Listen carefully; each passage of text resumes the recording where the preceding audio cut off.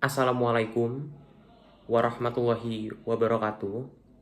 Sebelumnya perkenalkan, nama saya Rafael Mahesa Firdaus, mahasiswa Fakultas Hukum Universitas Islam Indonesia, dengan nomor induk mahasiswa 24410416. Video ini dibuat sebagai langkah untuk memenuhi tugas mata kuliah Pendidikan Kewarganegaraan dalam menjelaskan demokrasi sebagai bentuk sistem pemerintahan yang berlaku di dunia. Kata demokrasi sendiri berasal dari bahasa Yunani, yaitu demos dan kratos. Demos bermakna rakyat, sementara kratos bermakna pemerintahan.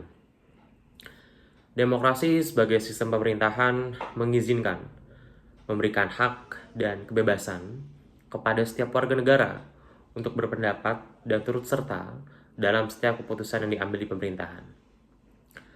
Salah satu definisi mengenai demokrasi yang paling terkenal, yaitu apa yang disampaikan oleh Abraham Lincoln. Ia mengatakan bahwa demokrasi merupakan pemerintahan dari rakyat, oleh rakyat, dan untuk rakyat. Dalam pandangan Lincoln, ia mengatakan bahwa demokrasi merupakan satu partisipasi aktif dari rakyat, dan memang kepentingan utamanya itu kepentingan rakyat. Dalam banyak literatur yang ada, demokrasi diyakini berasal dari pengalaman orang bernegara di kota Yunani atau Athena pada saat itu, sekitar tahun 500 sebelum Masehi.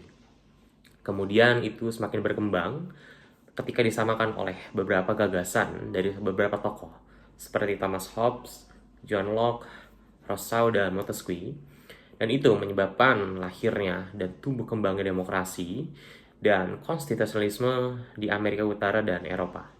Selanjutnya, saya ingin membahas mengenai demokrasi sebagai suatu bentuk sistem pemerintahan.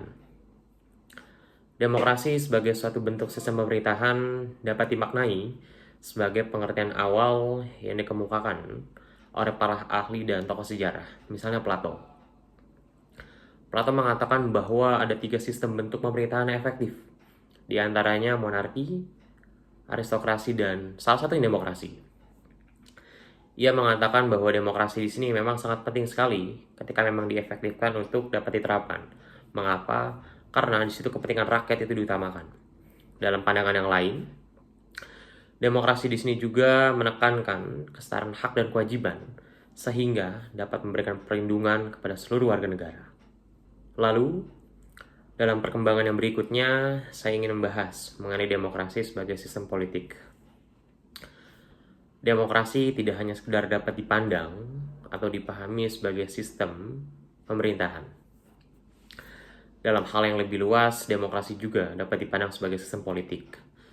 Sistem politik demokrasi merupakan sistem yang menunjukkan bahwa kebijaksanaan umum yang ditentukan atas dasar mayoritas wakil-wakil ini diawasi secara efektif oleh rakyat dalam pemilihan yang diselenggarakan secara berkala atas dasar prinsip kesamaan politik, dan terselenggaranya hal itu pula dijamin oleh suasana kebebasan politik pula. Selanjutnya, ada pula di sini mengenai prinsip-prinsip demokrasi.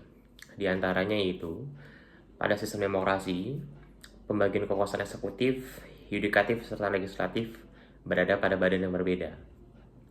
Selanjutnya, ada pengakuan terhadap hak-hak minoritas, dan lalu bagaimana pemerintahan yang konstitusional atau berdasarkan hukum. Dan saya teringat apa yang pernah dikatakan oleh Miriam Budiarjo bahwa ada beberapa nilai yang terkandung dalam prinsip demokrasi. Di antaranya, pergantian penguasa secara teratur, penegakan keadilan, dan pengakuan penghormatan atas kebebasan.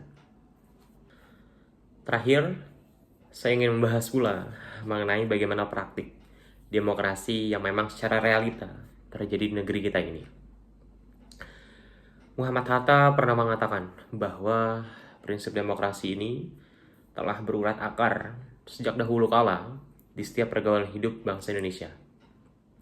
Kita melihat bahwa sejak negara ini merdeka, menentukan nasib atas apa yang menjadi kepribadian sendiri, beberapa kemajuan dari sistem demokrasi ini sudah terlihat. Dalam hal pemilihan umum misalnya, kita melihat seperti pemilihan presiden, pemilihan legislatif, maupun pemilihan kepala daerah sudah menunjukkan sistem transparansi, demokratis, dan sebagainya. Hal ini tentu sejalan dengan bagaimana memang harapan dari sistem demokrasi ini sendiri. Lalu, penting di sini mengenai kebebasan berpendapat. Saya rasa bagaimana hak-hak warga negara dilindungi, sehingga apa? Pemerintahan yang berjalan pun dapat diawasi secara efektif, sehingga tidak ada unsur otoriter dan sebagainya. Saya rasa itu merupakan bentuk implementasi dari prinsip demokrasi yang dijalankan sesungguh-sungguhnya.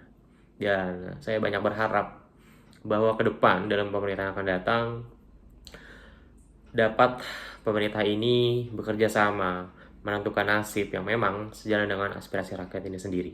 Dalam sumber yang lain disebutkan pula ada 3 nilai yang memang wajib dijunjung tinggi dan dijalani dari prinsip demokrasi ini.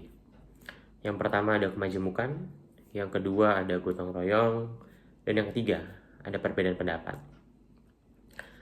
Kiranya hal ini yang dapat saya sampaikan atas apa pembahasan mengenai demokrasi dalam skala dunia maupun pemerintahan yang ada di Indonesia. Mohon maaf jika ada kesalahan kata dan sebagainya. Sekian, terima kasih. Wassalamualaikum warahmatullahi wabarakatuh.